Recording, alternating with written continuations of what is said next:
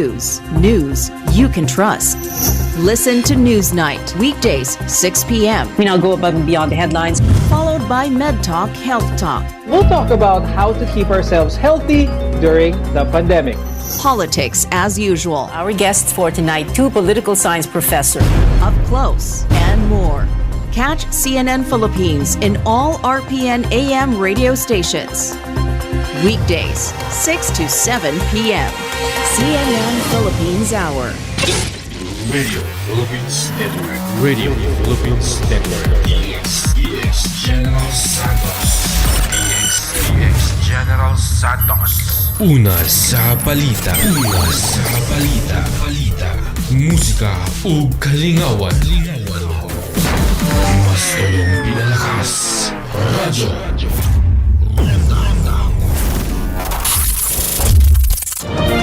This is CNN Philippines.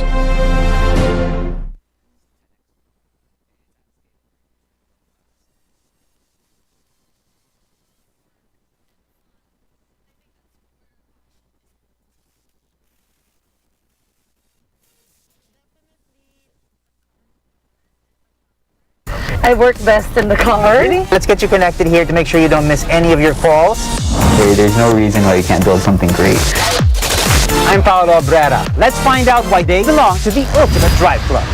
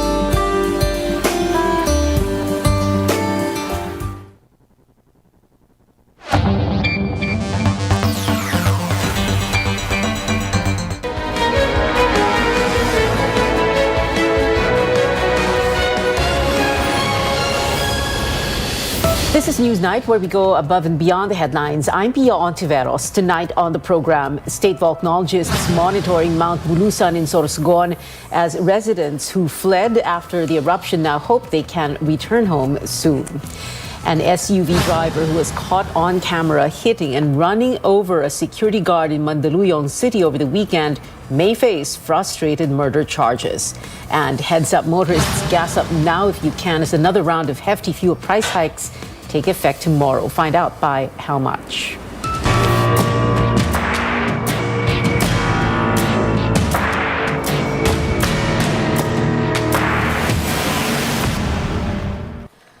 All eyes on Mount Bulusan in Sorsogon province. State volcanologists say it is uncertain when the volcano will erupt again. And Philippines PHIVOLCS Director Renato Solidum yesterday. Speaking to CNN Philippines, PHIVOLCS Director Renato Solidum says it is difficult to detect specific indications of another phreatic eruption. Mahaba ito pag phreatic eruption. Sometimes the volcano will not explode for several days and then explode again. So we have to be very patient and strictly implement the precautionary measures. It may or may not explode soon, but in the past events or eruption episodes of Bulusan, the interval of eruptions can happen within days, weeks, or even months. Solidum added Bulusan last recorded phreatic eruptions on March 2 and June 5, 2017, indicating a nearly 3-month interval. Alert level 1 is still up over the volcano, indicating low-level volcanic unrest. Now, that means there is a slight increase in volcanic earthquakes and steam or gas activity, sporadic explosions from existing or new vents, and slight inflation or swelling of the edifice. Well, Bulusan's eruption sent hundreds of nearby residents fleeing for safety. Some of them are now in evacuation centers because of the effect of ash falls on their homes. Our correspondent Stanley Gaheta joins us live from Sorsogon. Stanley, what can you tell us? The number of affected residents here in the municipality of Huban who are now at the evacuation center rose from 180 to 299 as of 1 p.m. today. And according to Municipal Risk Reduction Management records, more individuals have decided to escape the possible respiratory effects caused by ashfall. Families receive plenty of supplies which include meals, vitamins and hygiene kits, both from the local government and concerned organizations. Children are entertained by volunteers. This evacuation center has dividers to ensure privacy of each evacuated family. Enough folding beds are also provided for the evacuees. But evacuees like Villa Gonzales still hope they could return to their homes soon. May bigas, mga dilata, gamot ngayon. Hindi naman kami nagsisiksikan. Mas maluwag dito sa lugar ko na pasukan. Pinakakulang lang talaga tubig. Ngayon nga, nakausap ko yung isang barangay official, humingi pa ng karagdagang transportation assistance dahil may 4 pang pamilya na nais lumikas sa lugar na ito. The local government of Huban plans to augment its capacity by utilizing its local gym. Ngayon o susunod na araw ay bubuksan na namin yung Huban Gymnasium para po sa pagtanggap ng mga bagong evacuees. Despite the expected increase, Governor Chis Escudero says he's not declaring a state of calamity as they can still manage the situation at least as of today. Supisente, sapat ang pondo ng lalawigan dahil ito ang una namang kalamidad ng lalawigan sa taong ito. So sufficient at hindi pa nagagalaw ang calamity fund ng lalawigan para sa mga bagay tulad nito. CNN Philippines managed to reach Barangay Puting Sapa, which is within the danger zone. Ashfall is all over the place. Police officers and soldiers along with residents who opted to stay behind are cleaning up the mess. Malaki ang epekto nito kasi yung mga gulay, pangunahing pinagkukunan ng pang-ulam-ulam namin dito sa araw-araw. Matagal siguro makarecover. Even rivers and animals were affected.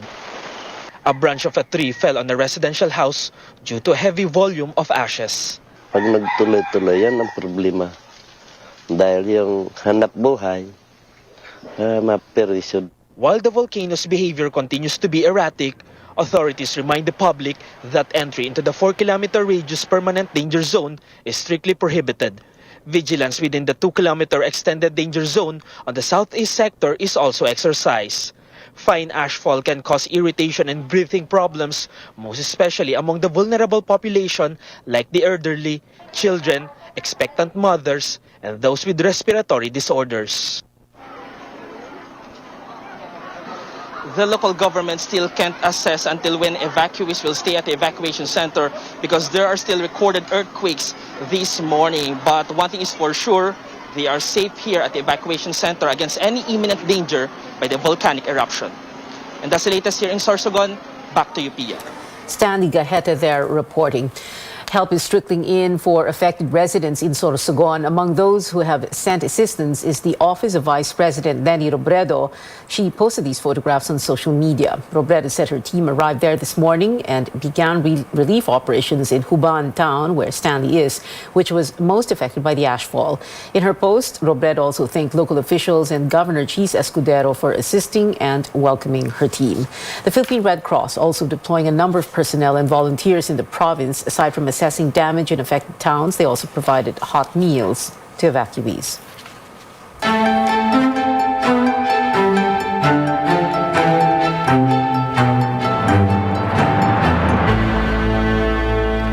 At least 2 more ambassadors have paid a courtesy call on President-elect Bongbong Marcos. Marcos met with Brunei Ambassador Johaira Wahab and Italian Ambassador Marco Clemente on Monday. He's also scheduled to meet with other ASEAN envoys, but we're still awaiting details. This is the 3rd time the President-elect met with top diplomats since May 9. The U.S. Embassy said Marcos will speak with State Deputy Secretary Wendy Sherman during his 10-day visit to ASEAN from June 5th to the 14th. The two are expected to tackle bilateral relations between the Philippines and the U.S. Earlier today, Marcos met with the members of his economic team led by Finance Secretary-designate Benjamin Diokno at his headquarters in Mandaluyong City. The political party of President-elect Marcos spent 272 million pesos during the official campaign period. A lawyer from the Partido Federal ng Pilipinas filed its statement of contributions and expenditures, or SOSE, Monday. Partido Federal's campaign spending remains below the cap set by COMELEC at 337 million pesos, or 5 pesos for every voter. For this election, we have marami po kaming local candidates, pero ang national candidate po namin ay si President Bongbong Marcos po. TV ads yung majority nito, and also yung sa mga rally expenses siguro. Marcos still needs to file his own campaign spending report. Under the law, he is allowed to spend up to 674 million pesos, or 10 pesos for every voter. So far, only Senator Ping Lacson has submitted a spending report out of the 10 presidential bets, while senatorial candidates Guillermo Eleazar and Sonny Trillanes have already turned in theirs. Candidates have until Wednesday to file their sources. Anti-Red Tape Authority Chief Jeremiah Bellica and 4 other officials filed an appeal after the Office of the Ombudsman ordered their suspension for 6 months. The officials also submitted their counter-affidavits in the graft case filed by Dito Telecommunications. Dito is accusing these officials of assigning frequencies in favor of telecom company Now, even if it did not participate in the selection process of the National Telecommunications Commission. Ombudsman Samuel Martires says the evidence of their guilt is strong and could warrant their removal from service. But Bellica says ARTA does not have the power to give frequencies or provisional authority. He says it can only assess whether an application is complete. Coming up, what charges await the SUV driver who ran over a security guard in Mandaluyong? We'll get to the bottom of the incident. And fuel prices are set to jump by as much as nearly 7 pesos per liter tomorrow. You're watching CNN Philippines.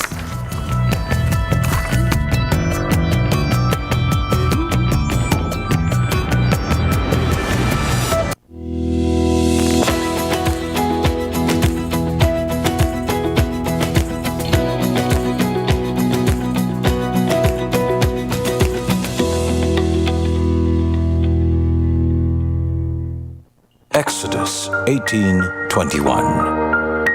But you choose from the people capable men, God-fearing men, men of truth, those who hate bribes, and put them over the people as rulers of thousands, rulers of hundreds, rulers of 50s, and rulers of 10s.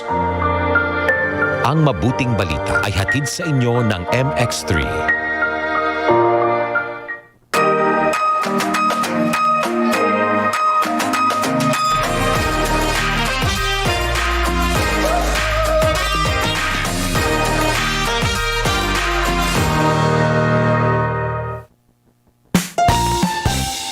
Fried chicken? Timplang happy. Tosino? Timplang magandang gising. Inasal? Ito, medyo timplang umuusok. Galit-galitan. Spicy? Timplang hot na hot. With easy-to-cook Magnolia Chicken Timplados. Iba't ibang sarap ng chicken, kaya. Ikaw, anong Magnolia Chicken Timplados mo? Iba't ibang easy chicken sarap. So many questions about what is the federal government doing. Do you get the anger that is out here? How concerned are you about the front line? You don't believe that there's a racial divide here? Looking back, as president, did you tell the story of race in America enough, do you think?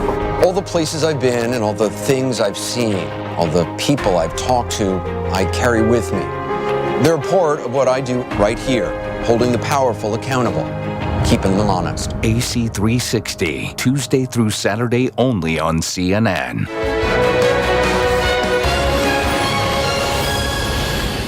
Welcome back to Newsnight. Frustrated murder charges may be filed against the SUV driver who hit and ran over a security guard manning traffic in Mandaluyong City over the weekend. Chrissy Di Matulak reports the driver, who has been identified by police, will face transport investigators tomorrow. From reckless imprudence resulting to physical injuries, authorities are now looking into ramping up the charge against the driver of the white SUV that ran over a security guard in Mandaluyong Sunday afternoon. This comes after a review of the now viral dashcam footage of the incident, according to Mandaluyong City Chief of Police Colonel Mel Unos. That was the initial investigation that we conducted, reckless imprudence resulting to physical injury. Pero nung review natin yung video that was posted doon sa social media, pwede naming file siya ng frustrated murder due to the circumstances. The footage shows that security guard identified as Christian Floralde manning traffic at the intersection of J. Vargas Street, corner St. Francis, Barangay Wakwak. As he was stopping vehicles, a white Toyota RAV4 bumped Floralde's side. And instead of stopping to give assistance, the SUV driver proceeded to run over the security guard, with the wheels of the car rolling over his upper body. Authorities say that the attention that the video got made it easier for them to find the suspect. Napakalaking bagay po yung dashcam na yon na naging basis natin sa initial na information that we needed para dito talaga sa resolution of this case. After the incident, Floralde was rushed to the intensive care unit of VRP Medical Center to treat his injuries. CNN Philippines spoke to Manuel Saire, the owner of the security agency where Floralde is employed. Saire said Floralde could barely talk because of his injuries. Marami siyang multiple fracture. That's the reason upon admission sa ICU siya kagad dinala kasi hirap na rin siyang huminga. Yung abdomen niya, yun ang iniinda niya kasi dun siya nadaanan ma'am ng sasakyan. According to Saire, the family of Floralde is having a hard time in keeping with the medical expenses. They are hoping that the driver will not only face time behind bars but will also cover damages, such as medical expenses.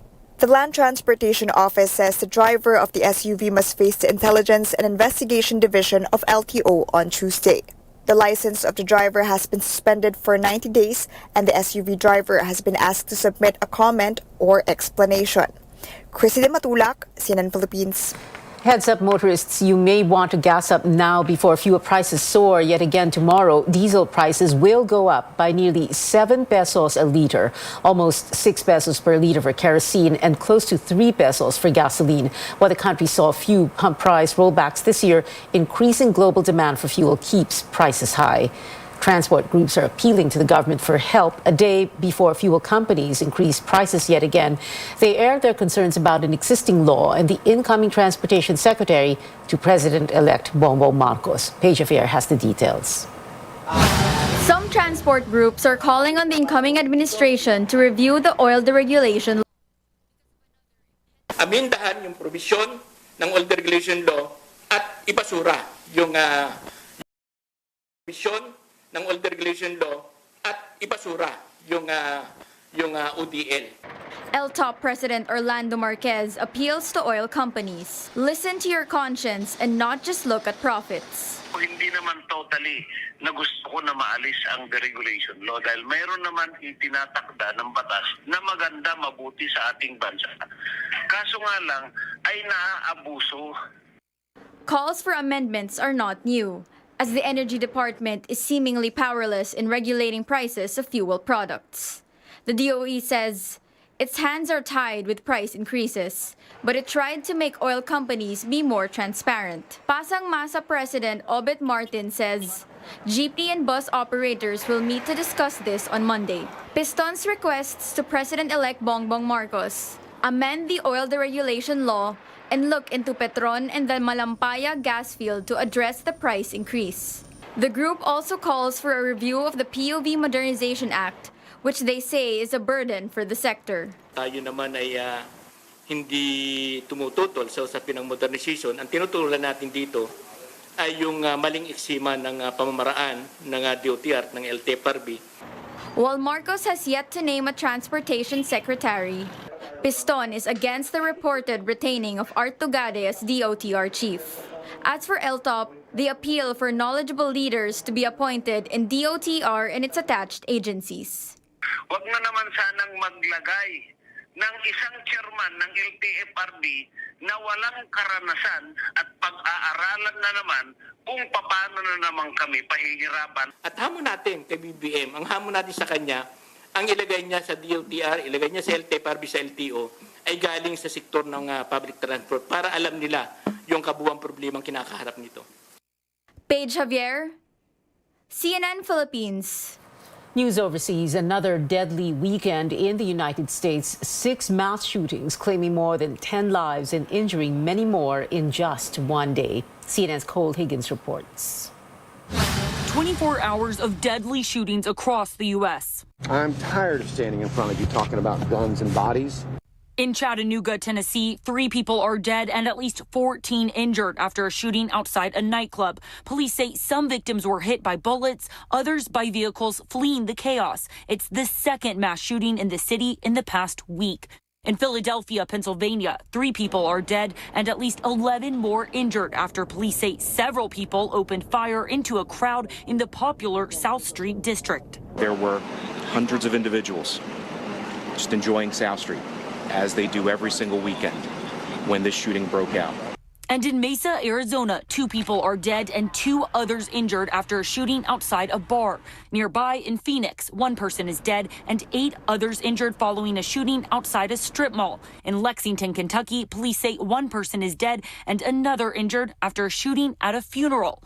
To the southeast, in Somerton, South Carolina, law enforcement there says 1 woman is dead and 7 teenagers injured after someone opened fire on a high school graduation party. Lawmakers on Capitol Hill facing intense pressure to act in the wake of nationwide gun violence. Something in the space of expanding background checks, I think is very well. It certainly is on the table, and I hope will be part of a final package. I've never been part of negotiations as serious as these. There are more Republicans at the table talking about changing our gun laws and investing in mental health than at any time since Sandy Hook. I'm Cole Higgins reporting. The U.S. House is set to vote on the wide-ranging package of gun control called Protecting Our Kids Act. Russian President Vladimir Putin threatening to strike new targets in Ukraine if the U.S. provides long-range missiles to Ukrainian forces. Putin said supplying new weapons to the capital, Kyiv, will only, quote, drag out the armed conflict, unquote. The U.S. has vowed more advanced rocket systems and munitions to Ukraine. South Korean and U.S. forces launched 8 missiles this morning in response to North Korea's missile launches over the weekend. Those were fired at the water off the east coast of the Korean peninsula. The South Korean Joint Chiefs of Staff strongly condemning North Korea's continuous ballistic missile provocations in the region. While in the United Kingdom, Queen Elizabeth II capped off her Jubilee celebrations on Sunday with a surprise appearance on the balcony of Buckingham Palace. The 96-year-old monarch skipped events on Friday and Saturday after experiencing discomfort during the opening parade on Thursday.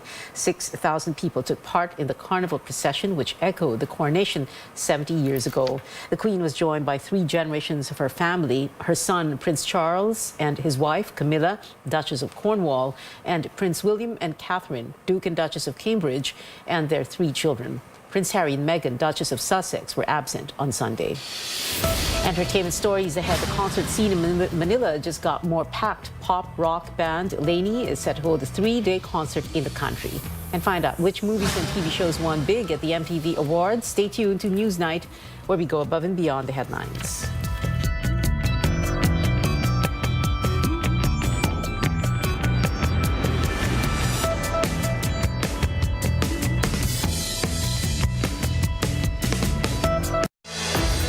We have the power to protect Mother Earth, keeping it cleaner and greener, to preserve our one and only home. Powering the good life. Meralco. Land Bank has always believed that in this country, we have to dream big. And so we learned to build something out of nothing, improving the quality of life for our people, so that we can keep in step with a brave new world and make our big dreams come true. 안녕.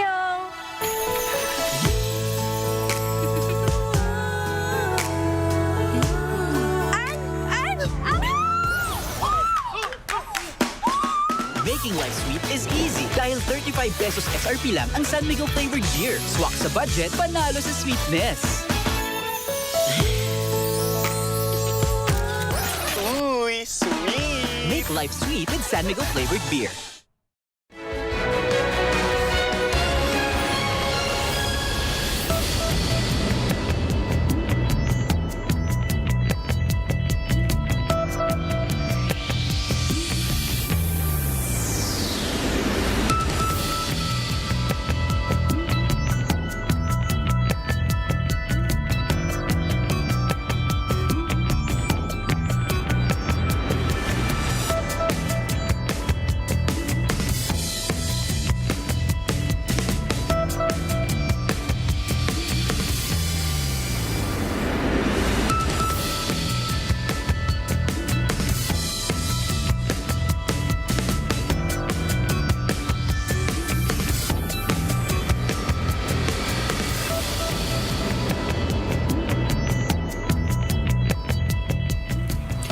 You're watching CNN Philippines. The NBA Finals series is now tied at 1 each after a 107-88 victory by the Golden State Warriors against the Boston Celtics in Game 2. The Warriors pulled off a huge third-quarter run, turning a 2-point halftime lead into a 23-point edge. Game 3 is on Thursday, 9 a.m. Philippine time.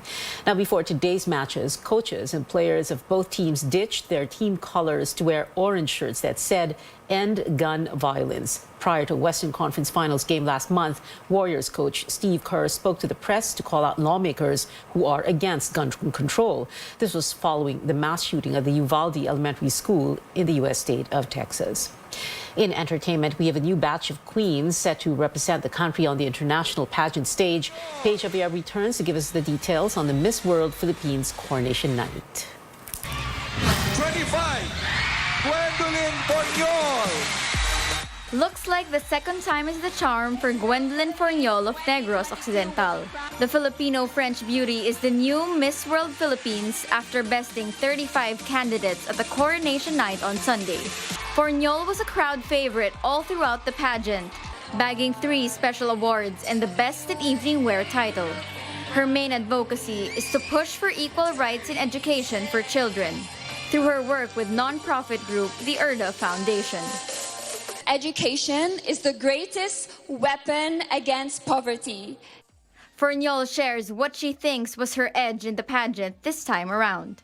I think I'm mentally and physically stronger this year. I know more about pageants. Well, there's a reason why I joined a second time. As an advocate of education, I want people to be aware that education is the greatest thing you can give to a child.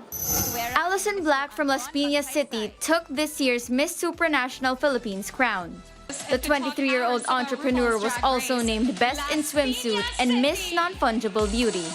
Black shared her thoughts on winning and her preparations for the international pageant. I'm genuinely so shocked, but I'm also really grateful that the organization believes in me, and that's my cue to believe in myself. Now is my time to never be complacent, to always push myself. I'm just going to keep doing what I do and train with my camp. 3 more queens were named on Sunday. Ingrid Santa Maria is Reina Hispano-Americana Filipinas. Miss Eco Philippines 2022 is Ashley Subihana Montenegro, while Beatrice McClellan clinched the Miss Eco Teen Philippines title. Justine Felizarta was named First Princess and Miss World Philippines Tourism, while Cassandra Bermeo Chan was crowned Second Princess and Miss World Philippines Charity. Black will be the first queen competing for the Philippines at the Miss Supranational pageant in Poland next month. Miss World Philippines National Director Arnold Vigafria is confident the new queens can bring glory to the country on the world stage. Paige Javier, CNN Philippines. Filipino Lainey fans are getting not 1, not 2, but 3 shows from the pop rock band here in Manila. The duo is performing at the Mall of Asia Arena in Pasay City on November 11, 12, and 13. Public ticket selling begins Friday, June 10 at 10 in the morning. The fan club pre-sale is set for Wednesday, while the Live Nation PH pre-sale is on Thursday. Heading overseas now, an HBO series and a Marvel blockbuster are among this year's big winners at the MTV Movie and TV Awards.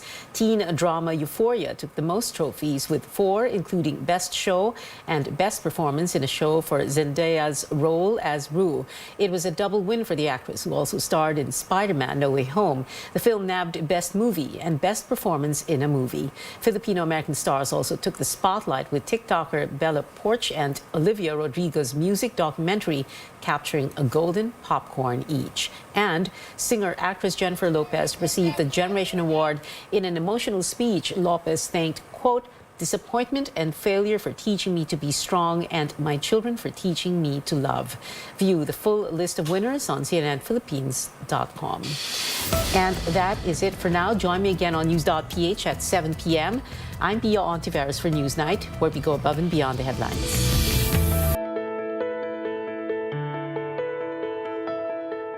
We all know that we need to exercise regularly to maintain our physical health, but it's also vital that we exercise our minds too.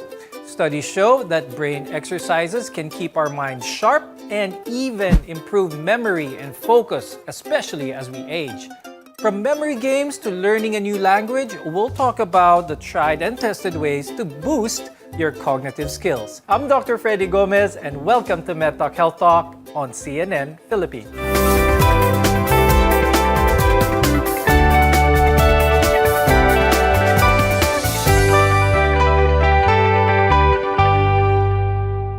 Just like the different parts of our body, our brain needs to be cared for as well. Our guests are here today to give us tips to boost our brain health. With us is Dr. Vida Michelle Anlacan. She's an adult neurologist and memory disorder specialist from the Medical City and president of Alzheimer's Disease Association of the Philippines. Also with us is Dr. Celi Magpantay.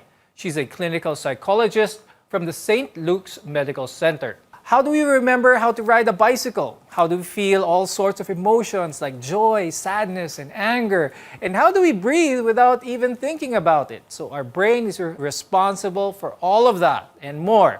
Now I'll start the discussion with Dr. Michelle. So when it comes to our brain, what role does it play and how important is it for our body?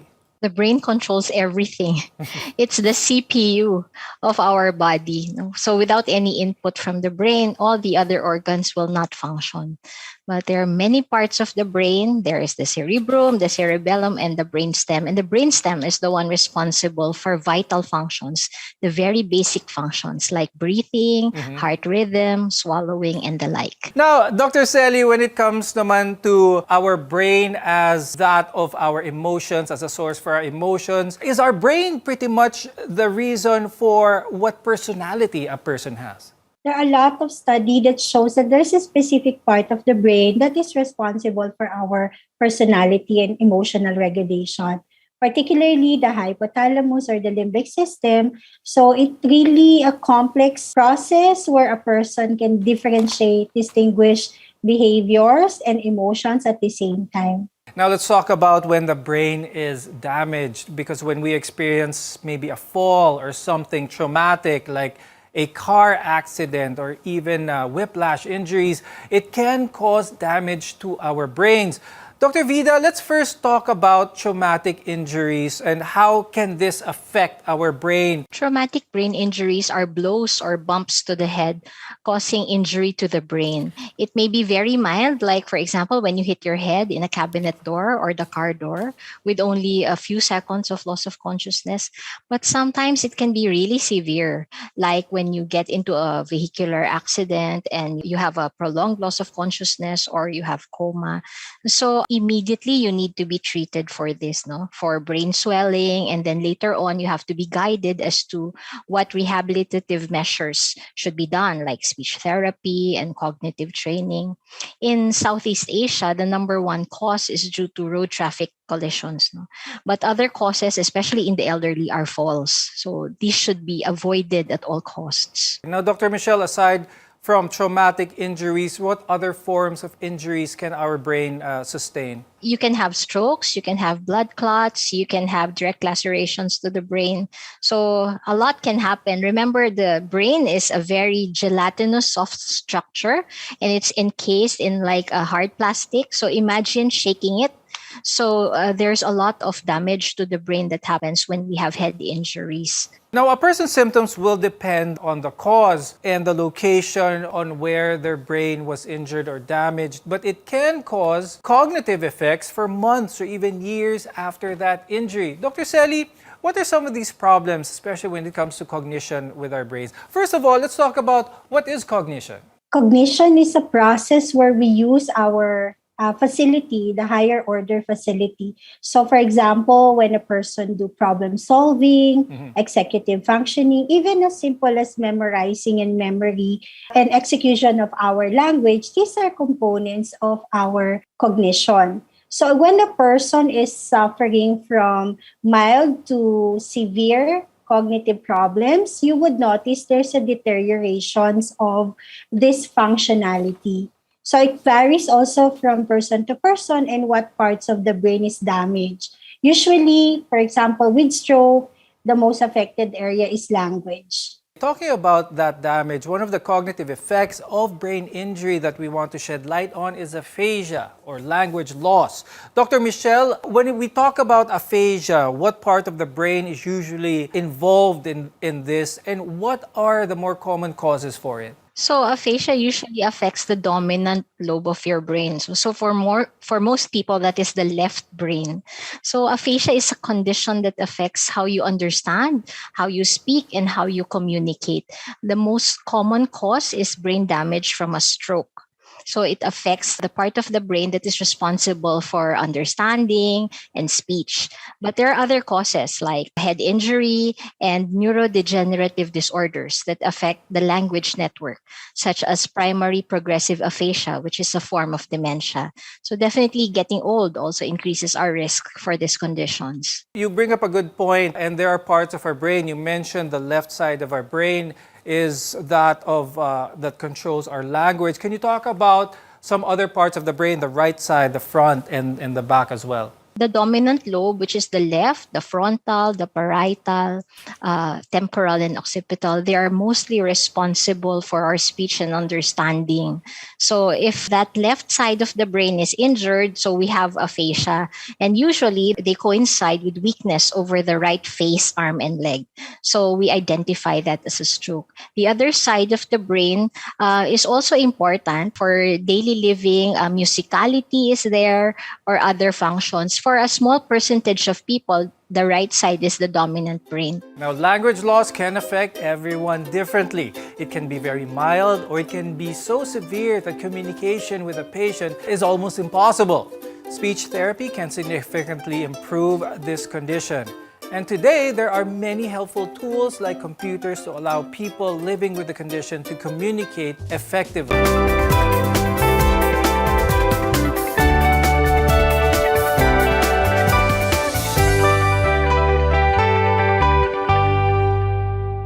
Today, we're talking about brain exercises for a sharper and healthier brain for you. I'm Dr. Freddy Gomez, and welcome back to MedTalk Health Talk, where caring is our calling. In order to care for our minds, we must first need to take care of our bodies. Dr. Selly, let's talk about how lifestyle can impact our brain, specifically certain things that people might be doing that can cause harm to our brain.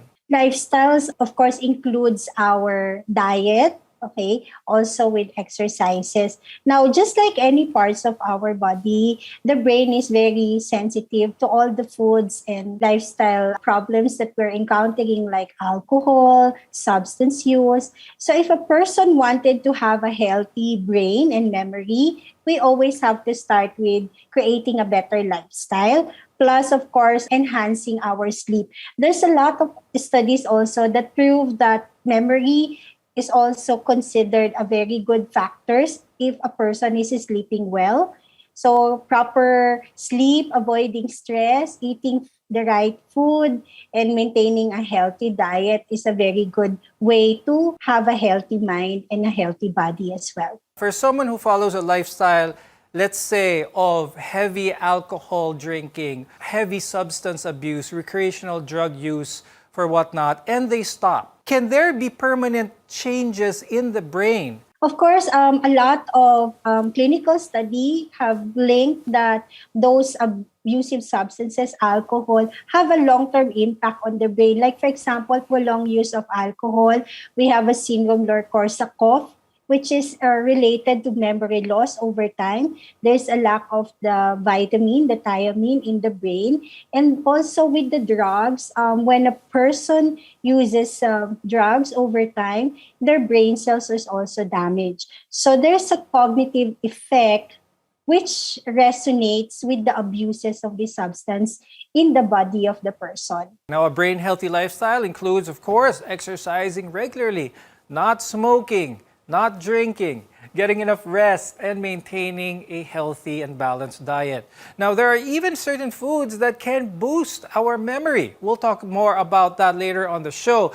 As we mentioned, brain exercises can help keep our mind sharp. Now, Dr. Michelle, what exactly, when we talk about brain exercises, what kind of exercises are we talking about here, and what kind of benefits can we see? So I think you're talking about brain stimulating activities. So it can be any new activity for that matter. They increase your cognitive reserve or your neural network. It enables your brain to have more connections with other brain cells. And a big and extensive network gives you a better fallback or reserve in case one part of your brain gets damaged. No? So you can have activities like reading, conversation, puzzles, even Sudoku.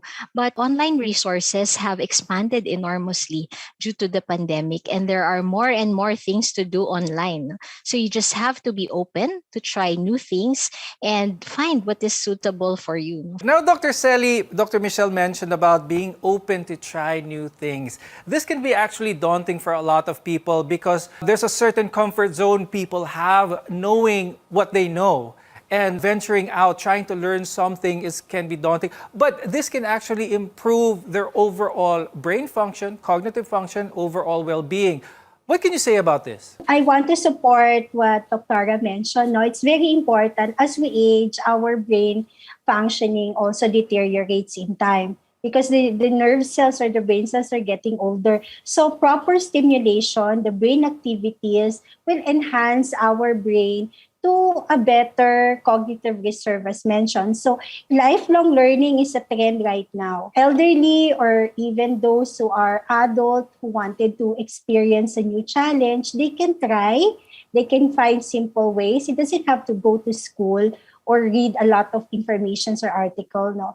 New things like, for example, as simple as baking, learning new specific skills, computer skills. This can also trigger or enhance our learning. So it can also not be content on the other life skills, which will help also the brain to be stimulated and activated because there's a new information that needs to be embraced and learned. Dr. Michelle, you mentioned several activities that may enhance someone's brain health, cognition.